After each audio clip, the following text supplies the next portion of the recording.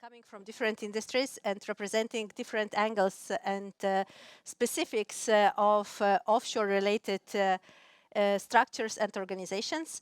And today with me is Łukasz Dąbrowski, who is senior expert at Office of the Marshal of the Pomorskie region. Hello, Łukasz. Hello. Hello, everybody. It's a great pleasure to be here. Second, our guest is Dalia, who is Director of Commerce at KLASCO. Good afternoon. Thank you for invitation to participate in this panel discussion. Thank you, Dalia. As well with us is Paulius Butkus, who is Head of Development and Innovation at EPSO-G Group. Hi, Paulius. Hello to everyone. And last but not least, definitely not least, is Mindaugas Beresnevičius, who is Director of Western Ships Agency. Hello, nice to meet you. So I hope that you have heard already what are the thoughts and what are the ideas of moving forward with the net zero plans, and all presented plans to reach that are quite ambitious. And what we have seen that every and each company have their own strategy on getting to there. But not so much is discussed on what is needed for this happening. And I think that the same question comes when we are talking about offshore. What it actually takes to build an offshore in Baltic Sea close to Lithuania. So I would like us to start with the short introduction on what your organizations are looking into and working on when it comes to building offshore in Lithuania. Maybe we can start, Mindaugas, with you. Yes, hello one more time. So, offshore, you know, we heard this maybe 15, 20 years ago.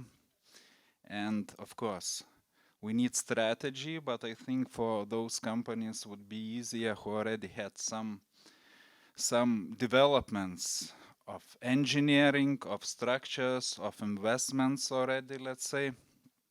And yeah, to have a trust of such a companies, let's say, who's been in offshore, let's say, for 20, 15 years, let's say, we need some contractual implementations,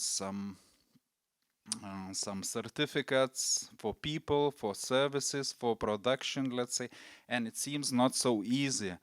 But as we know now, a lot of companies, consultation companies, production companies, let's say, orientated in offshore because it's modern. It can seem modern, let's say, not oil and gas, but electrification, some sustainable energy.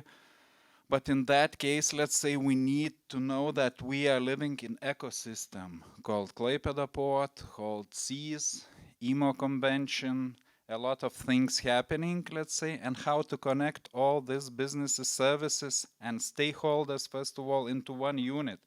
Because when I'm speaking to my friends, oh, this is huge offshore things coming into the Baltic Sea region, they're telling me, what, let's say, will we have, let's say, cheap energy? Let's say, what of that for ordinary people, for communities, let's say, for students? And this is the case why we are here, let's say, to connect, not only to discuss, let's say, we are, okay, business leaders, we're making some strategies, but let's talk in normal everyday language, let's say, what is required, let's say, in order to build in Klaipėda, in Baltic Sea, some sustainable offshore ecosystem. That is the point of today.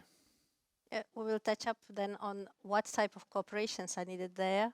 Thank you for your comment, Paulius. What do you see? What are the challenges? We as a transmission system operator group, we are actually looking a bit more holistic view. We are more interested to see how to connect the offshore to remaining grid and how to see the development of renewable fitting the all country net zero targets and the development of energy system itself, where we should go. Recently we did also transformation study for Lithuanian net zero economy for 2050. It will be announced soon.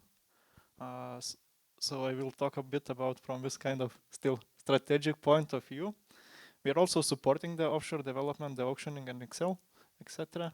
We are participating and supporting Ministry of Energy in designing the auction requirements and supporting from this kind of competence part, because that's true. This is very new journey for Lithuania. This plans, let's say, locations on building offshore was there when I was still a student. I remember those maps. I was using them in my one of my presentations in the classes, but not much happened, and we were waiting. And I think we waited now long enough to have really favorable conditions to move forward and have ecosystems developed around us in other countries to use their experiences, but which also brings us a challenge that now we are not the first movers. So we are more borrowing knowledge than creating. And I liked the previous panel a lot. There was a statement saying we want to be green, but first of all we want to be first. So I think that's an ambition that we are discussing here in general for renewable developments in the country and all decarbonization. Here we are still not the last, and we can be the first, but then we need to review if we are talking about organic developments or actually we would like to put effort believing, taking a risk, because being first is also taking a risk, and trying to find those niche where Lithuania can succeed. And offshore development is one of those, not only talking about wind production, but also about other energy resources from the offshore, which is current, let's say, those two parks looking to 2050 is just peak of a mountain. There are much more to be done to really explore what we have in the sea. So there is already known unknown, but probably there is unknown for Lithuania yet as well, right? Thank you. Dalia. Good afternoon once more. Today I'm representing biggest stevedoring company in Klaipėda port. It's a company KLASCO, and our main goal in offshore wind maritime is to create a new and modern terminal in the port. And actually during the 30 years offshore wind market is newly for the port, and to build the terminal is a big challenge for us. Because a lot of players we have which developing such sector, and we need in time to create the infrastructure and superstructure for the specialized ships, components, heavy components, and it's a huge for us challenge. So when I decided to participate in this panel, first mind was what we can create here newly. And actually this conference is about the blue economy, and I hope that, and I believe that offshore wind is the future for Lithuania and also the future for our company. Thank you. Łukasz, Poland is a little bit ahead of Lithuania, so it will be quite tough for us to be first, right, in the white region. But for the moment, which are already lessons learned?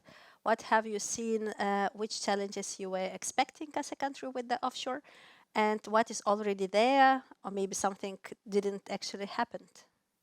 Okay, good afternoon once again. We are a little bit faster. What we expect for the offshore sector, we expect less price from the electricity for the citizens, for the companies, green energy decided of the investment attractive of the regions and creating new jobs. This is our three expectations. We're thinking in 2030 we'll get 30,000 jobs dedicated to offshore sector. It will be logistic, engineering, building tower fundaments, turbines, windmills, so jackets, vessels, service vessels, installation vessels, logistic, installation ports, service ports. This is our expectation, and we expect that nowadays we'll have one farms on the Baltic Sea, but we have got 0 gigawatts in this moment. And what's happened?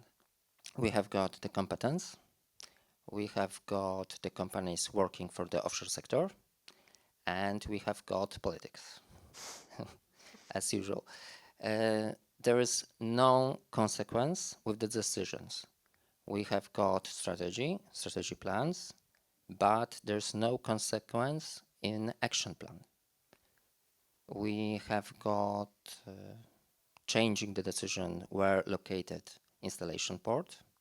It was first Gdynia, then Gdańsk. Finally, it is building in Świnoujście, near Szczecin. And this is not making trust for the investments, and the trust making decision makers to locate the factories, to invest in infrastructure. This is the clue. But the other hand, we have got good impact on small cities like Łeba, Ustka, Władysławowo, which have got contracts with the developers, which decided to have got service ports located them. And we as a local government believe it will be impact, it will be catalyze the process of economic transformation, green transformation, and creating green energy hubs, dedicated offshore, connected with green hydrogen. So we are in the half road. Some impacts, we made well done. Some impacts go bad, but this is not a sprint. This is a marathon, and marathon needs consequence and opportunity to all actors of the offshore wind sector. This is the clue. So once again, cooperation, right, for being this definitely. May I ask then, where would you see cooperation is needed in Lithuania? Is there a dialogue already in place? Do you feel that? Do you see that? Do you translate the need? Okay, last 2 years, just we, as most of the companies in Klaipėda, we are in offshore wind sector or cluster, coordinated by Klaipėda Technology Park, so it's locally, let's say. We have a lot of coordination centers in Lithuania, let's say, but still I don't see one unit, let's say, of that coordination. Maybe Ignitis could be that coordination center between researchers, between production facilities, terminals, let's say, because it's now a little bit mixed structure, let's say, and we still need, as I see, it's a lot of just professors from university, a lot of universities from business sectors, let's say, but still everybody wants to bite only their target unit or the clients, or to say how we are beautiful and ready to be prepared. But this building sustainable ecosystem, still we need one coordination center. Another thing is, let's say, community practice. As communicational practice, let's say, we should work on the communities more, transparenting, that offshore ecosystems needs for the communities, as Łukasz mentioned, jobs additional studies in the universities, additional possibilities for the business sector. Let's say this is what we need to work on more on communicational strategy, and that is the point for today. So building infrastructure and having communities on board, where communities Yes, means it's called different type. stakeholders engagement, because in Lithuania we have such a practices. I remember, let's say, around 9 years ago, 2014, when we started working as agency for FSRU independence, it was a lot of things, political manners and some conspiration theories. And still these conspiration theories in Lithuania exists. Before this conference, I watched, some offshore parks, let's say, people's attitude even before 1 year installation in the communities, and it was rather tragic, because fishermen were telling, let's say, that let's say this will be a tragedy for their business. Let's say environment protection organizations also were doing some negative impact, let's say, and this is a lot. And anyway, we should think positive, and we need one coordination center, and we need communication strategy. That is my point. Thank you. Paulius, did you find out, if it's not super secret, but in the survey you did, was there any findings on exactly the cooperation or stakeholders management? Is there a narrative or a need for that? I'm not sure which survey you speak, but okay. You just released that you will publish something Yeah. in the We very will close future. release a study, not a survey. But But for the study, we did talk with energy companies and also biggest consumers. Big part of, let's say, energy ecosystem players.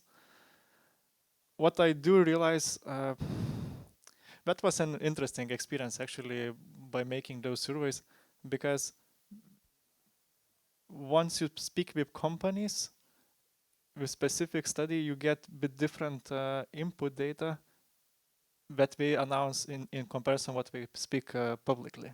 So there are big ambitions of going for big goals, but then people tend to be a bit more,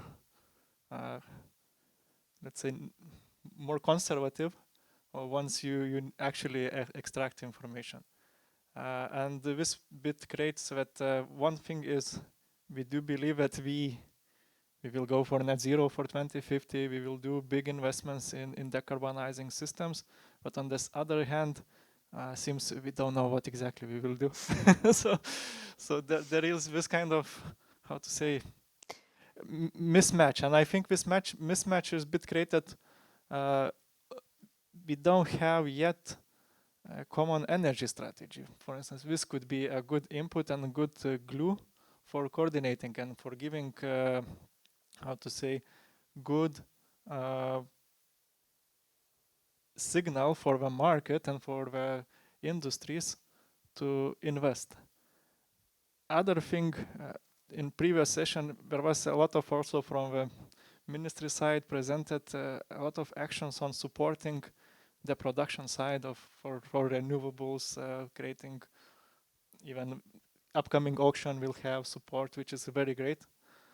But I'm a bit missing part of supporting green industry development. So creating initiatives for those net zero products that could be very energy intensive, but then not yet competitive on the market, especially with non-green products. And not having this demand side development, our ecosystem for offshore or any renewable ecosystem will not go further. We need to see this kind of demand curve going up, not down. Currently we have even trend of going down a bit. If we want to really go forward for net zero. And I think when we are talking with industries, we don't yet feel secured to make real decisions. not just nice strategies or PowerPoints, but really invest. Paulus, when we are talking about these missing points of information, plots of information, can you name the areas where we're missing information the most? Because we kind of agree that everyone has a vision where we are going, but not exactly how we are getting there. So are there areas? Yeah, the biggest area is, of course, about the hydrogen. Okay. So this is the sector which is the most talked at the moment, but also brings a lot of uncertainty. On other hand, I think what Lithuania is a little bit missing is taking part in European affairs and projects. Recently, there was even released Innovation Fund, a report on the submitted projects for Innovation Fund. And Innovation Fund of European Commission is the fund which actually scales up technologies from which are just research and development, or let's say academic work, to actual implementations on big scales. So they give you funding for going up. And there was 0 applications from Lithuania. I'm not talking about just, there are plenty of calls in different areas, so there are plenty of different, but no application from Lithuania, from any company, which brings me that innovation is talked in every company. Even my title is innovation manager, but we are not really taking it seriously, and we are not doing big projects. And that's also a gap that we need to create, to cover, if we want to move forward. I would echo with you on that because as head of HR, I have competences which are named again and again, and Łukasz just shared that creating jobs and attracting competences is a very important topic, but there is almost nothing on what it takes, what competences it takes to build an offshore and all the ecosystem. So definitely agree with you that there is a lot of PR, but not so much of steps taken. Dalia, what you see here as well as opportunity, or what you're working on? Actually, I agree with Mindaugas that in the port now, in the companies which working in the port, now we have a big lack of workers. And actually for the handling cargo, for example, and it's no need a big competence for that, yes? And if we are looking to the future, for example, for our terminal, we understand that some competence, higher competence will be needed. And actually, I don't know, have we in our Lithuanian universities the programs where the workers for future, for example, for operate such a terminals is preparing now, and we need to understand that the time is lacking because we are planning to have a terminal in 2026, and it's not a big period for 2 years to prepare good employees for such a sector. And I think that in future, maybe we will search it in other markets.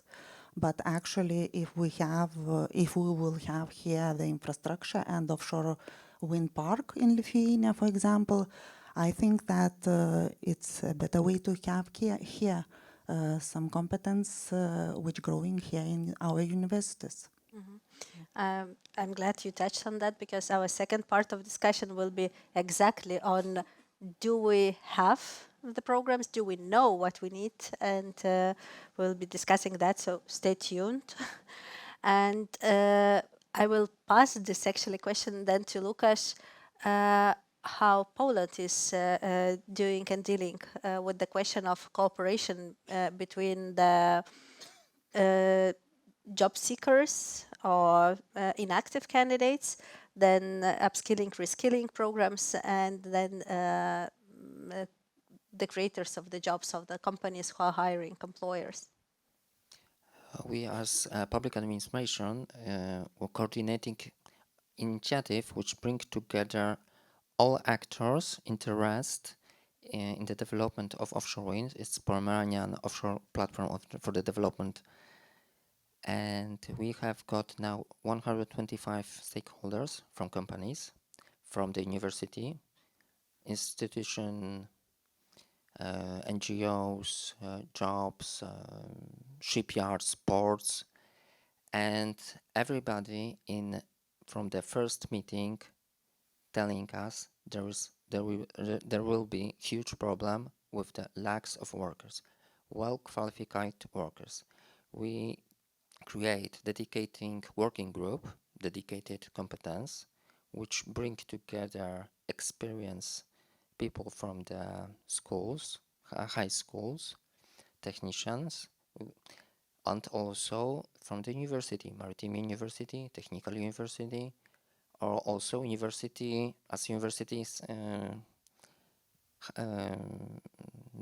knowledge lowers, environment specialists, so non-technicians, but high-level specialists.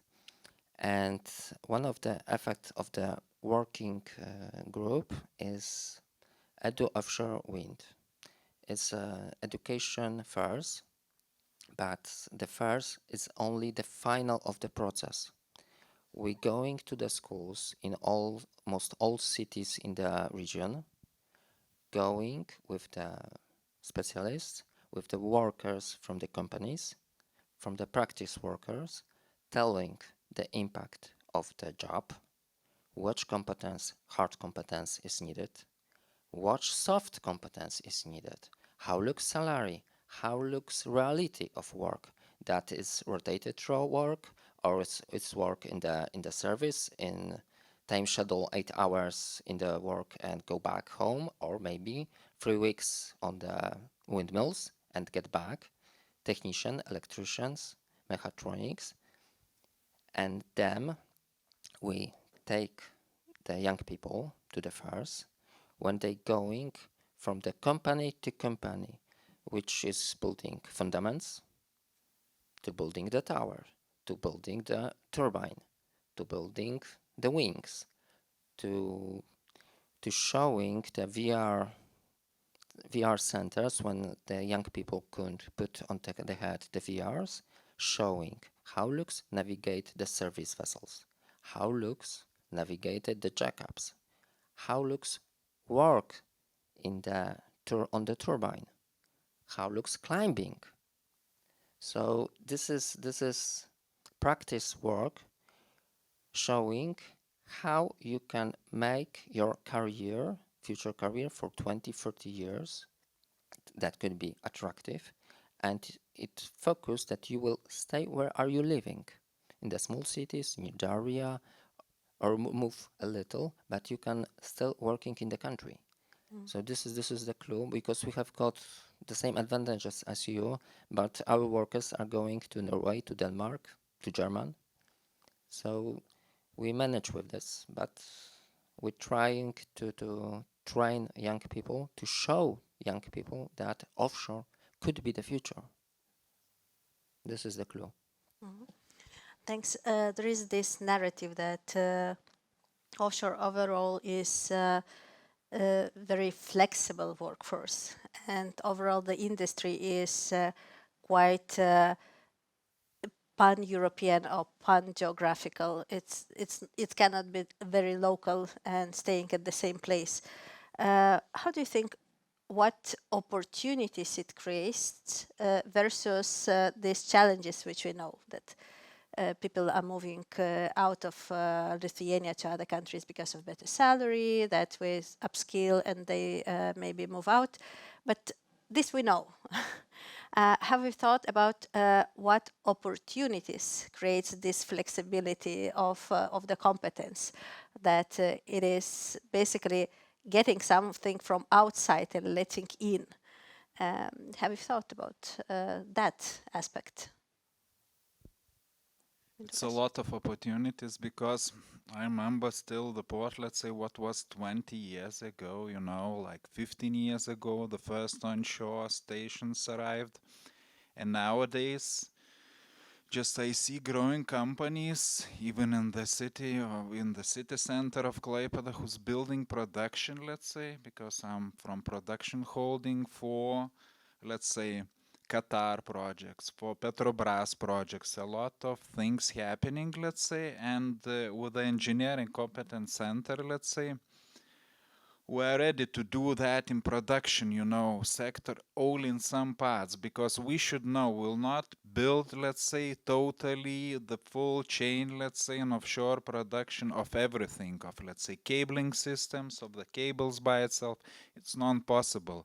And I think each company should know their limits, should have their strategy for the nearest 4 years and already to start invest. Because Lithuania project, let's say, for all the companies, let's say, I can see from the board members of some companies, okay, it's quite small, let's say, it will finish like in duration of 3-4 years and that's it. Well, what we will do further? But it's not true, let's say.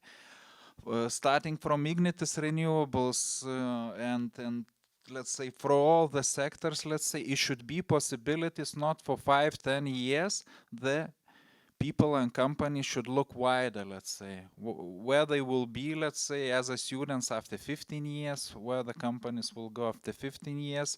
The example, let's say, in the previous session of Klaipėdos Nafta showed that, let's say, they expanded into the continents, let's say, and so we should think about this strategically, let's say, that it will not be a Baltic Sea project, let's say. We should see wider scope of all the things going on in the world, let's say. And as a student, I see the representatives of KTU, I finished Klaipėda University also. We should always study, we should always, let's say, the world is changing so fast and we should have new competences. Nevertheless, you are 18 years of age or 50, whatever, let's say. We should look to the future. Jump in and then further. Yeah, thank you, Mindaugas. Paulius. Maybe I will talk from my personal experience and a little bit to... I'm not sure if today for the young people bringing them to the workplaces and saying, yeah, look, this is the job we can do for 20 years now.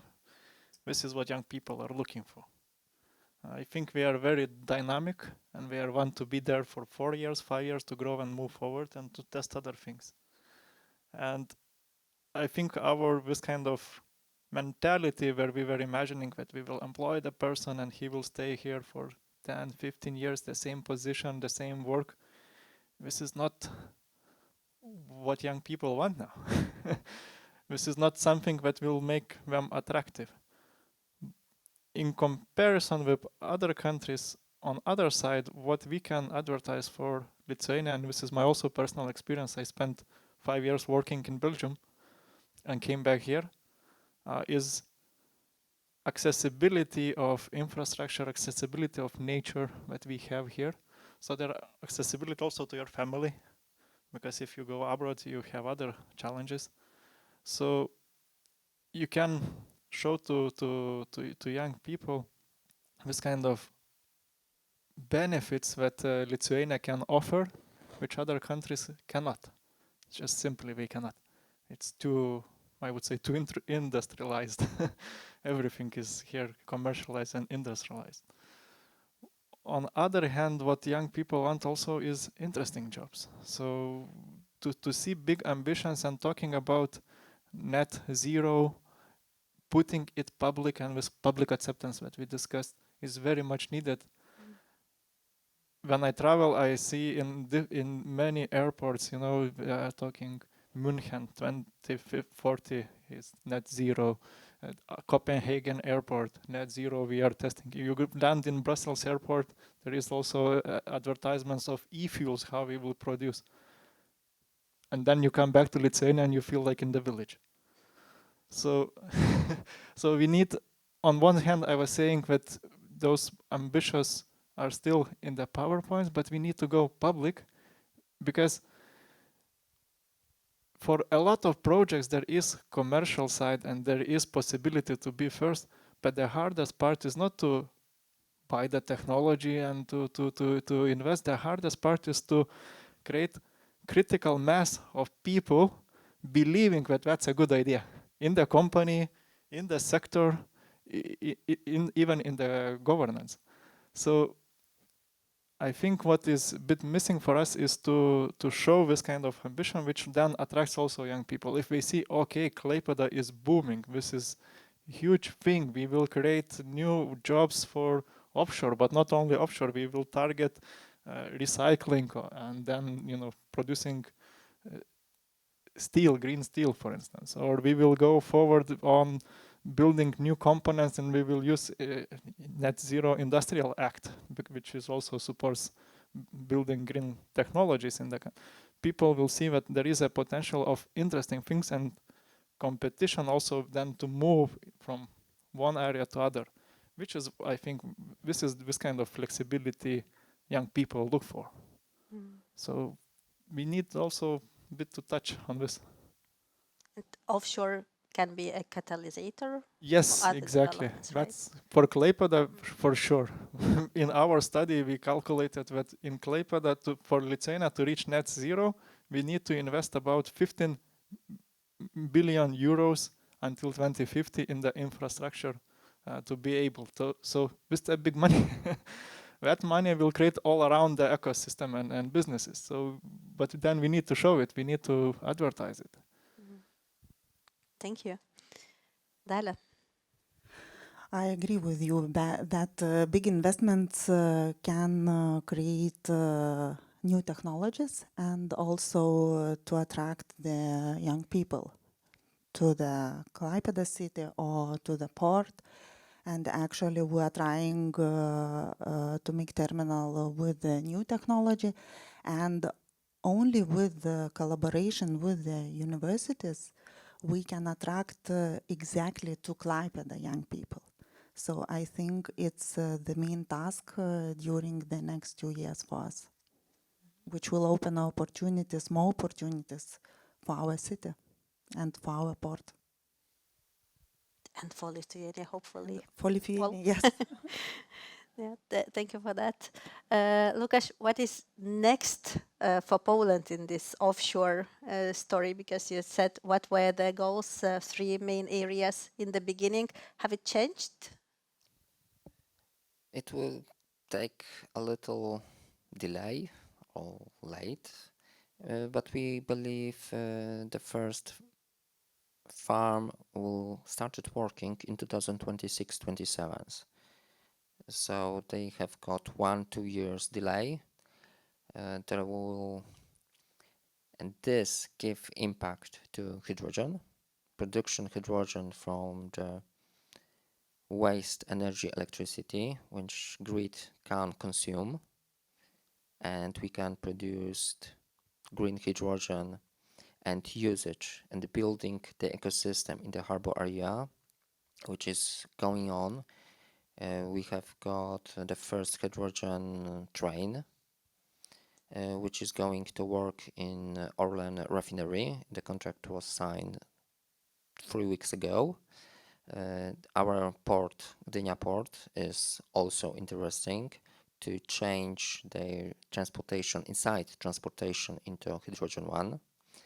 Also, small vessels working in the harbor area will be connected by hydrogen.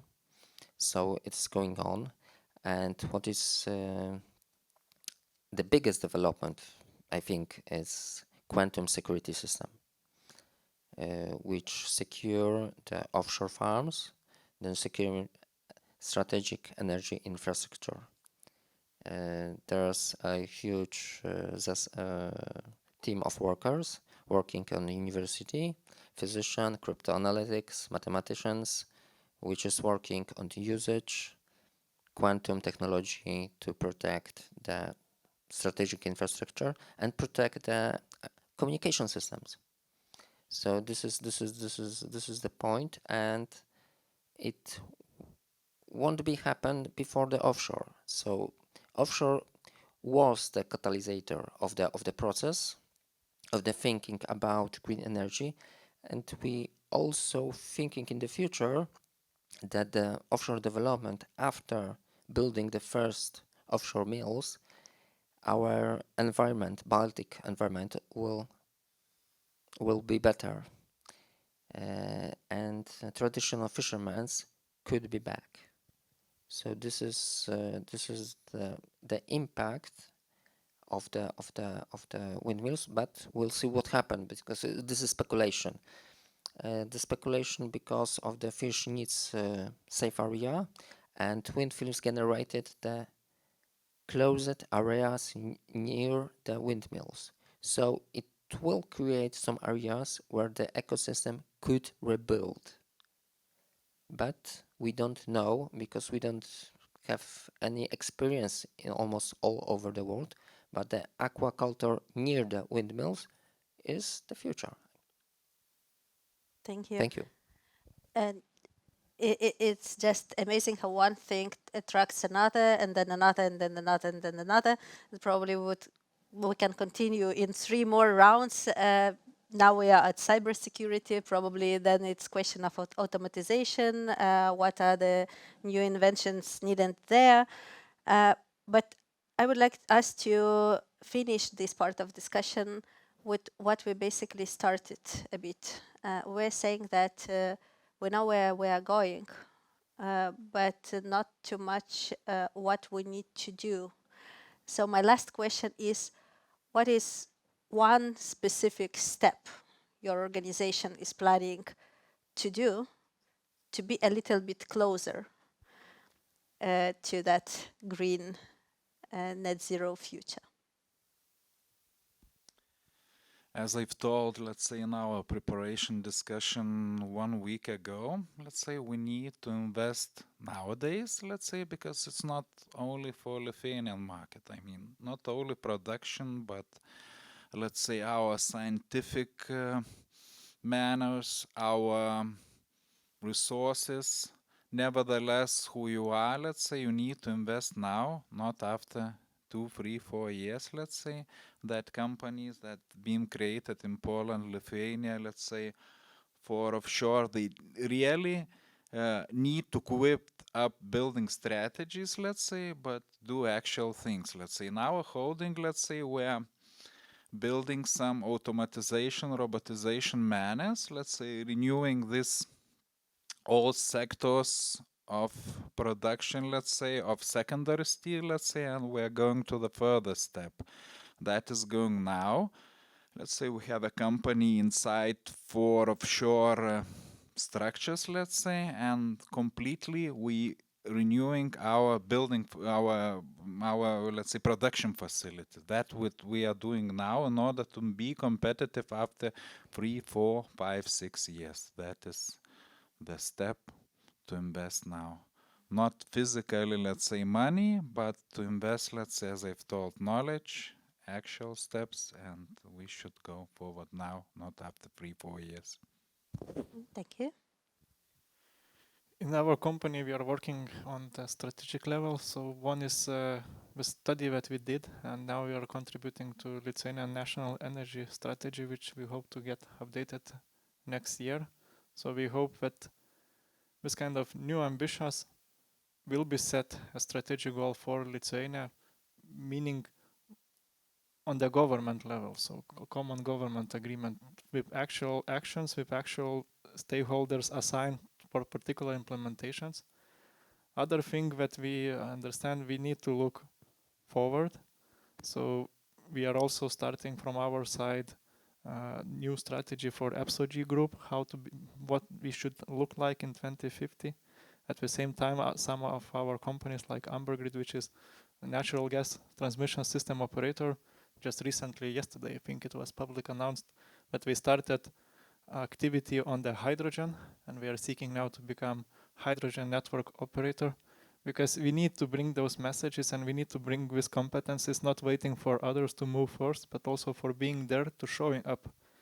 Simple example is one of this hydrogen backbone, going from Finland towards Germany, through all Baltic countries, also Poland.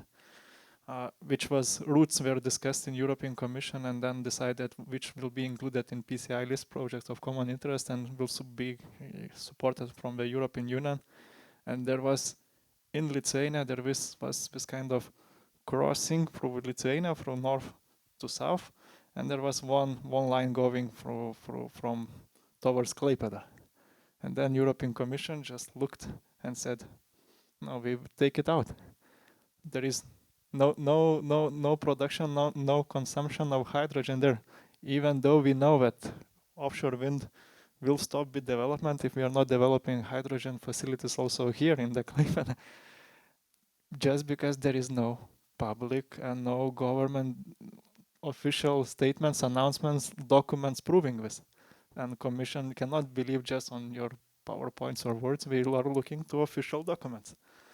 So we need to be more bold on this kind of strategic documents and seek for much higher ambitions, believe in future technologies. Thank you. So, what about the steps? Yes, actually, KLASCO company made the steps already, because regarding our terminal, we began to demolition works, and I think the main purpose is to finish terminal in time. And another one step, I think, is to create during 2 years, next 2 years, to partnership, maybe 3 agreements, for example, with the companies which is the main players in offshore sector. So I think the main steps is for our 2 years, and later we can talk about the next 10 years. Thank you. Łukasz, what's next? Very specific steps. We have to create the friendly environmental from the economy, from the offshore economy, and give the opportunity to grow all actors. This is the clue. And next steps. Thank you.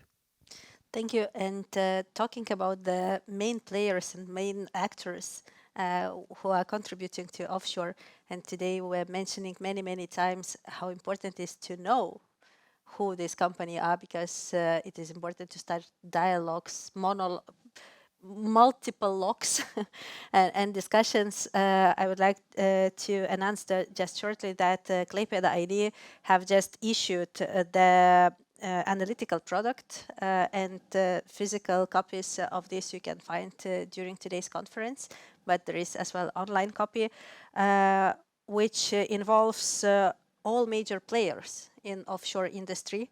They were collecting. So now we have kind of contact book in case we want to start these discussions and these cooperations.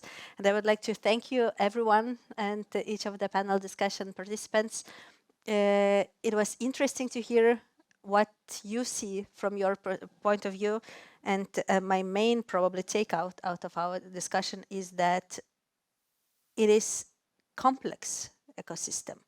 Not only those whom we are seeing as offshore players are there. There are communities, there are educational system, there is this employee and person living in the region who is involved, but as well there is a lot of opportunities where we can go from Lithuania to outside. So it is circular economy in all means and all understandings. So thank you very much. Thanks a lot. Please keep listening to us, because we are continuing now with the second part of panel discussion. So thanks a lot. Thank you.